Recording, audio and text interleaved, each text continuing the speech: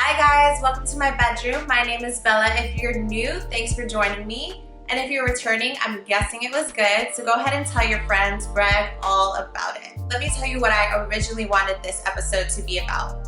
I originally wanted to speak on what it was like to date white men. And I brought this to the attention of the white man who I most recently dated, and he made it pretty clear that I really couldn't speak on the subject because I don't have that much experience, which I kind of agree on. I think it's completely fair. So I think I'm gonna hold on that subject until I have more experience. But if you would like to hear what my experience was like thus far, please let me know in the comments down below. I am more than happy to share. So it kind of got me thinking, what am I an expert on? Like, what can I really speak to? And to be completely honest, I'm not really an expert at anything, but I can speak pretty passionately about one subject in particular. I think we all know what it is: sex. Originally, that was the idea behind this channel, was to speak about sex bluntly and on a personal level and through my experiences. And it's been quite some time since I've spoken about sex directly. So here we are. Without bragging, I personally feel as though I've been blessed to have consistently great sexual experiences. I can actually count my negative or bad sexual experiences on one hand. So what makes for great sex? That's a loaded question, no pun intended, and it varies from person to person.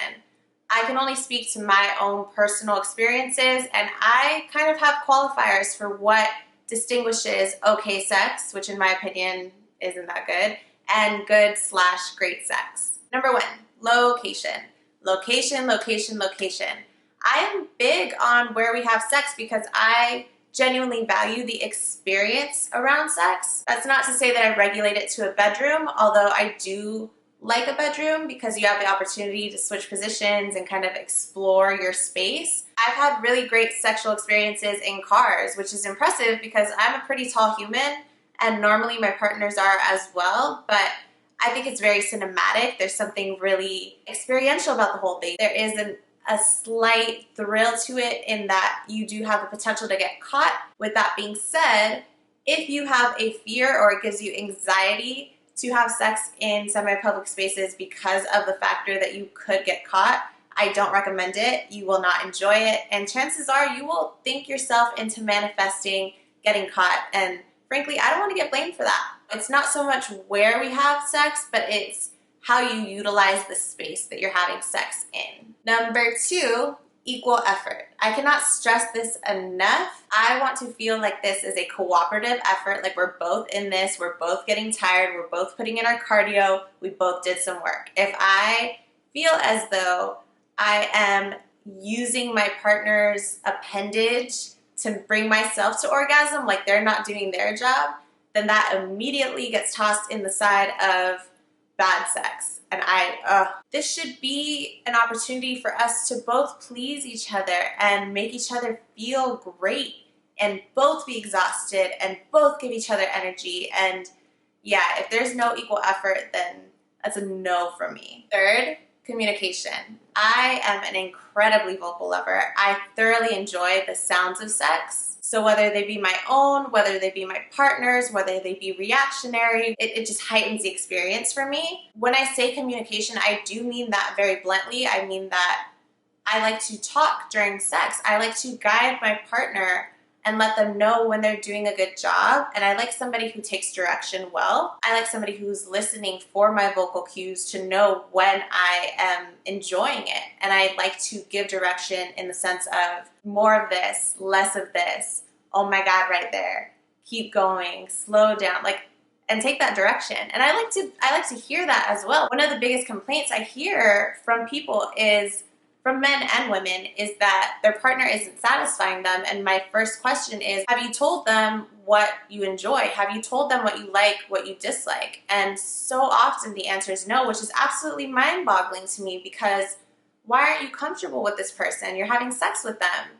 Why can't you tell them what you like and what you dislike? It's also mind-boggling to me that the partner wouldn't be able to identify, oh, maybe she's not liking this because she's not making any noise, or maybe he's not liking this, he's not telling me anything, he's not giving me feedback. So you can't really be disappointed if you've never said anything. Closed mouths don't get fed.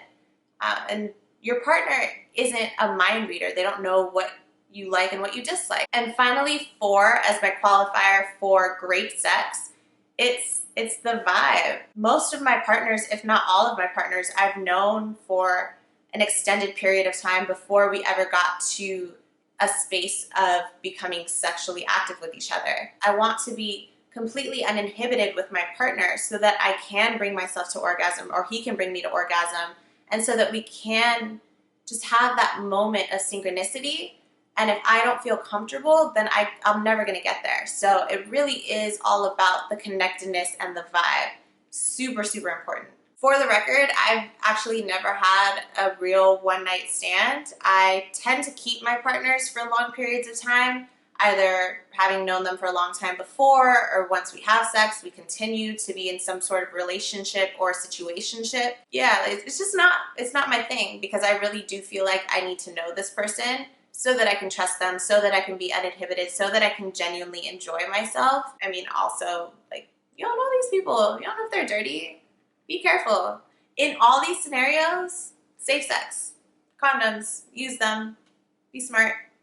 So I have all these qualifiers. This is what I judge good versus great sex. But there is really one key thing that ties all of my beyond great sex, my mind-blowing sexual experiences. And the one common denominator between all of those moments has been that synchronicity, that true union, that exchange of energy that you share. It's almost like a moment of stillness. On a personal level, to achieve that, it really does take me delving deeper and being fully aware and fully immersed in the experience. It requires me allowing myself to succumb to this different vibration with an entirely different human being. I think it's just the dopest thing to have. To me, it really shows that sex can be a tool for greatness, for energetic exchange. It shouldn't be exhausting. It should be something that's uplifting. So for me to achieve that, the location is important because I want to feel safe and comfortable. Equal effort is necessary because I want us to both be conscious and present when this happens. Communication is important because I want to vocalize this moment after it's happened, or maybe when it's happening. And obviously the vibe is important because I want to be able to trust this partner. Like I said, in order to be completely uninhibited, you really need to trust yourself with this person. You need to trust this person with your vulnerability. And I think that's where a lot of us lack when it comes to having meaningful and great sex. Overall, I guess great sex for me is something that's meaningful. I've had sex with some of these people that I mentioned when it was no longer like a relationship or like a deep connectedness, and it's been really bleh. It's been really meh. I mean, and don't get me wrong, like, I'm sure people have had incredible, mind-blowing one-night stands or incredible mind-blowing sex with people that they don't necessarily care about. Like, don't get me wrong, I've had incredible seen stars, left puddles sex with partners, with the partners that I've mentioned, and I didn't have this transcendent moment. But in terms of exceptional, great, fantastic sex that really like has branded my mind, it's been those times where I've experienced that magical stillness with my partner and been like, what just happened? Did that just happen? Did you feel that too? You did. Wow. So those are my thoughts on great sex. I'd love to hear how you guys define great sex. What is great sex to you? What are the qualifiers? And what ensures that you will continue to have great sex?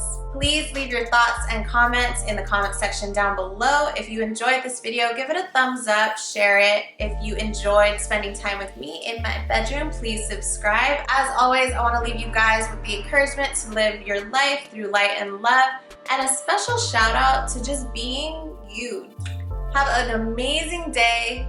Talk to you soon. Bye.